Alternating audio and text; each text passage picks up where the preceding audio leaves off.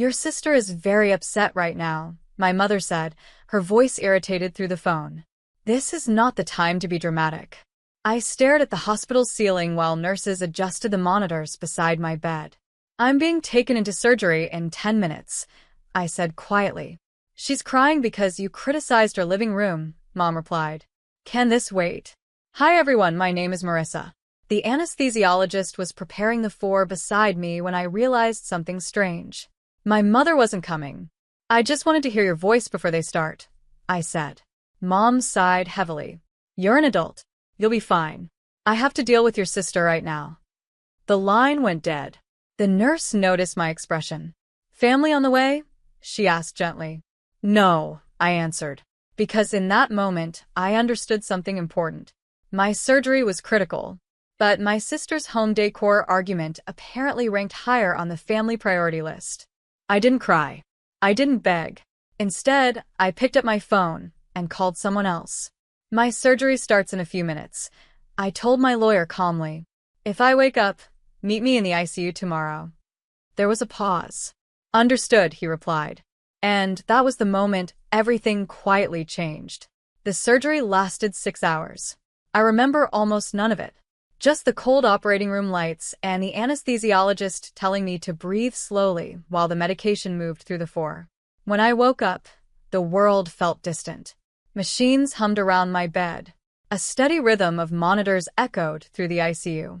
A nurse noticed my eyes open. Welcome back, Marissa, she said gently. Did it work? I whispered. It went very well. Relief should have been the loudest emotion in that moment. Instead, it was clarity. My phone sat on the small tray beside the bed. No missed calls. No messages. Not from my mother. Not from my father. Not even from my sister. The nurse adjusted my floor and smiled kindly. Family usually comes later in the day, she said. Sometimes they just need time. I didn't correct her.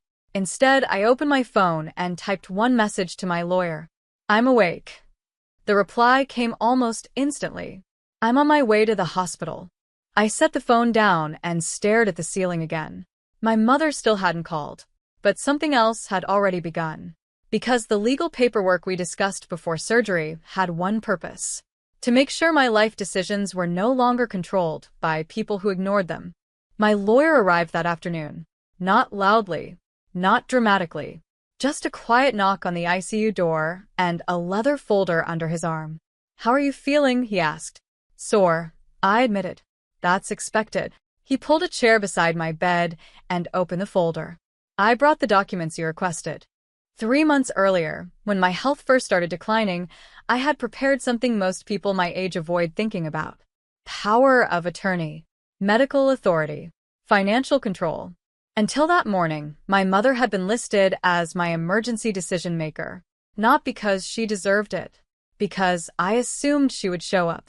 My lawyer slid the papers onto the tray table. Are you certain about the changes? He asked quietly. Yes. He handed me the pen carefully, so I wouldn't strain the 4-line in my arm. One signature removed my mother's authority over my medical care. Another removed her access to my accounts.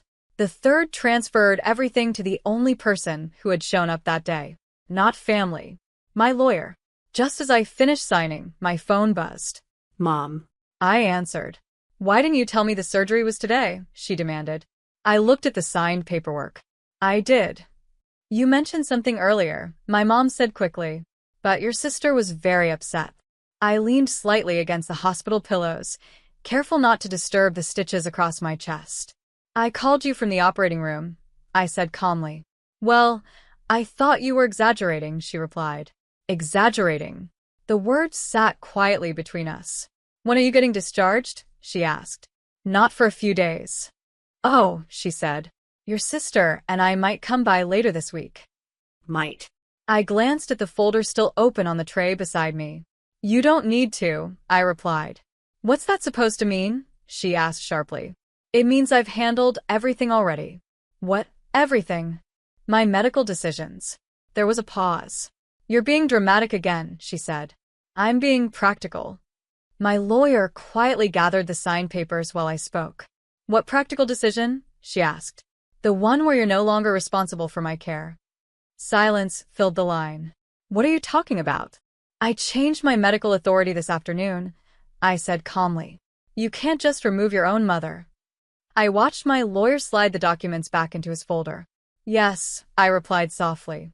I can. You did what? My mother snapped. Her voice was louder now, the kind she used when she expected the room to rearrange itself around her anger. I reassigned medical authority, I said calmly. You had no right to do that. I almost smiled. I actually had every right. My lawyer stood quietly near the window, giving me space but listening carefully. You're punishing me, my mom said. No, I replied. I'm protecting myself. For what? She demanded. I wasn't even there yet. Exactly. I thought about the operating room doors closing while she debated throw pillows with my sister.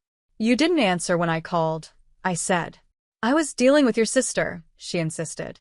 You know how emotional she gets. I let the sentence settle. Mom, I said slowly. I was about to go under anesthesia. You survived, she replied quickly. The room became very quiet. My lawyer looked up from his folder. Not surprised. Just observing. I did. I agreed. And that gave me time to think. Think about what? She asked. About who actually shows up when it matters. Another pause. Fine, she said sharply. When can we visit? I looked at the heart monitor beside my bed. You can't. What do you mean we can't? I said calmly. You're no longer listed as family contact. You can't remove your own mother, she said again, but the certainty had faded. I already did. My lawyer quietly slid a second document across the tray. This one confirms the hospital records update, he said. I signed it slowly. My mother was still talking. You're being irrational. Hospitals always call family. This one won't, I replied. Why? Because you're not listed anymore. Silence. Not the angry silence from earlier. A confused one. What did you do? She asked finally. I assigned medical authority to someone who answers the phone. My lawyer didn't react, but I saw him glance briefly toward the window. You chose a stranger over your own mother? She said sharply. He's not a stranger, I replied. He's reliable. That seemed to offend her more. This is ridiculous. When I arrive, we'll fix it. You can come to the hospital, I said calmly. But you'll check in like every other visitor. What does that mean? It means you won't be making decisions. The heart monitor beside my bed continued its steady rhythm. You're overreacting, she said again. I looked down at the bandage across my chest. No, I replied quietly. I'm reorganizing. My mother arrived the next afternoon. Not quietly. She walked into the ICU waiting area already irritated, like the hospital had inconvenienced her personally. The nurse stopped her at the desk. Are you listed as family contact for Marissa Collins? She asked. Yes, I'm her mother. The nurse checked the screen. I'm sorry, ma'am. You're listed as a visitor. My mother blinked. That's incorrect. It was updated yesterday. I watched the entire conversation through the small glass panel beside my room door. My lawyer stood beside me, arms folded. She's not authorized for medical decisions, the nurse continued politely. My mother's voice sharpened. I am her mother. Yes, ma'am, the nurse replied calmly, but not her medical proxy. The words landed harder than I expected. Mom turned and finally saw me watching from inside the room. Her expression changed instantly. Shock. Anger. Then disbelief. She stepped inside. What did you do? She demanded. I didn't raise my voice. I didn't even sit up straighter. I made sure the person responsible for my life answers when I call. Her eyes moved briefly toward my lawyer. You replaced me with him? I nodded once. Yes. And for the first time in my life, she looked like she had no control left. She stood beside the hospital bed for a long moment, trying to recover the authority she'd always carried. You're being dramatic, my mother said finally. I almost expected that sentence. I was about to go into surgery. I replied quietly. I called you from the operating room. You made it sound like an emergency. It was. She folded her arms. Your sister was in tears. I looked at her carefully. About a sofa. That's not the point. It finally was. The nurse stepped inside briefly to check my monitor, then left again, closing the door softly behind her. My mother glanced around the ICU room, uncomfortable in a place she hadn't expected to be powerless.